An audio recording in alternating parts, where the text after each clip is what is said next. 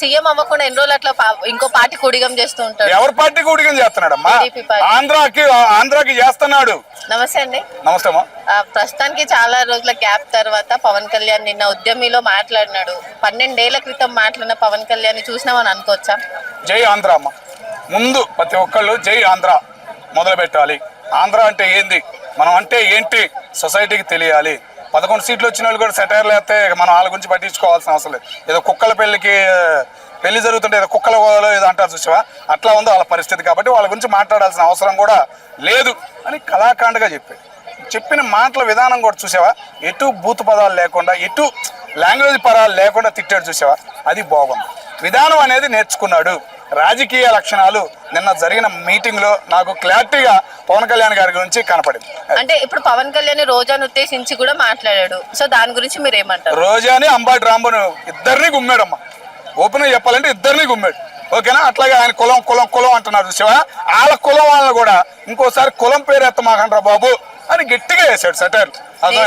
Party పెట్టింది CM అవ్వడానికి కాదు అన్నాడు. దానిపైన మీ ఒపీనియన్ ఏంటి? ఆయన నాయకుడమ్మా, నాయకుడి లక్షణాలు ఉన్నాయి. 10 ఏళ్లు నలిగిపోయిన ఒక నాయకుడుగానే ఉండాలి. పదవులు నాకు వద్దు, నా సినీ ఫీల్డ్ నాకు ముఖ్యం అని లోపల బయటికి చెప్పలేకపోయినా గానీ సినీ ఫీల్డ్ ఆదరణ అనేది ఆయనలో ఉంది. అంటే ఇప్పుడు సీఎం అవ్వకుండా ఎన్ని రోజులు అట్లా ఇంకో పార్టీ కూడిగం చేస్తూ ఉంటాడు. ఎవరి పార్టీ కూడిగం చేస్తున్నాడమ్మా? ఆంధ్రాకి చేస్తున్నాడు. ఆంధ్ర జనానికి చేస్తున్నాడు. ఊడిగం చేస్తున్నారని మీలాంటి వాళ్ళు ఏంది అంటాం కదా. ఎవరు సైకో బ్యాచ్ అనేది ఎందుకు అనుకుంటున్నా, ఇందుకనే ముఖ్యంగా మీ సైకో బ్యాచ్ అది కనపడేది అదే. సైకో ఎల్లో మీడియా ఉంది కదా, ఆ మీడియాకి కూడా ఇదే పని.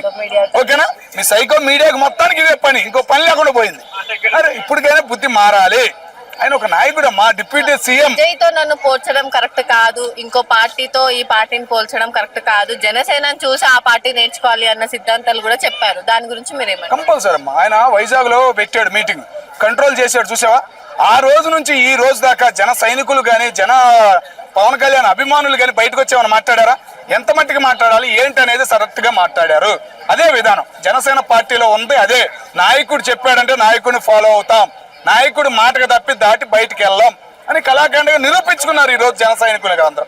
అదే కొనసాగిద్ది. వాళ్ళతో వీళ్ళతో పోల్చుకోవాల్సిన అవసరం లేదు. సింగిల్ అనే వాళ్ళు ఏమయ్యారు చివరికి? సిగరెట్. ఎవరి పరిస్థితి అయినా అంతే, అనద్దు సింగిల్ అనే మాట. విజయ్ తో పోలుస్తున్నారు కదా, విజయ్ అక్కడెక్కడో గెలిస్తే ఇక్కడ సంబరాలు చేసుకుంటున్నారు అన్నట్టు కూడా మాట్లాడారు. దాని గురించి మీరేమంటారు? చెప్పాను కుక్కల అడావుడు అని. అదే కదా, ఎవరో గెలిస్తే ఎవరో బిత్తారని మనం అబ్బా ఏదేదో అయిపోయామని చెప్పేసి ఫీల్ అయిపోయి అడావుడు చేయడం తప్ప ఎటువంటిది లేదు. విమర్శించే వాళ్ళు ఇప్పటికైనా బుద్ధి తెచ్చుకోవాలి. ఆయన విమర్శలు చేయాలనుకున్నా చేస్తాడు. మాట్లాడే విధానం అనేది నేర్చుకోండి. నాయకుడు ఎలా ఉండాలి, ఊరికే నోటికొచ్చినట్టు తిరతాలు, నోటికొచ్చినట్టు ఆ మాటలు ఈ మాటలు అనటాలు, కుల రాజకీయాలు చేయడం తగ్గించుకోండి అని కళాఖండగా చెప్పాడు. ఇప్పటికైనా మారాలి. నాకు అన్ని కులాలు ఒకటే, నేను నాయకుడిని అయ్యా అని కళాఖండగా చెప్పాడు.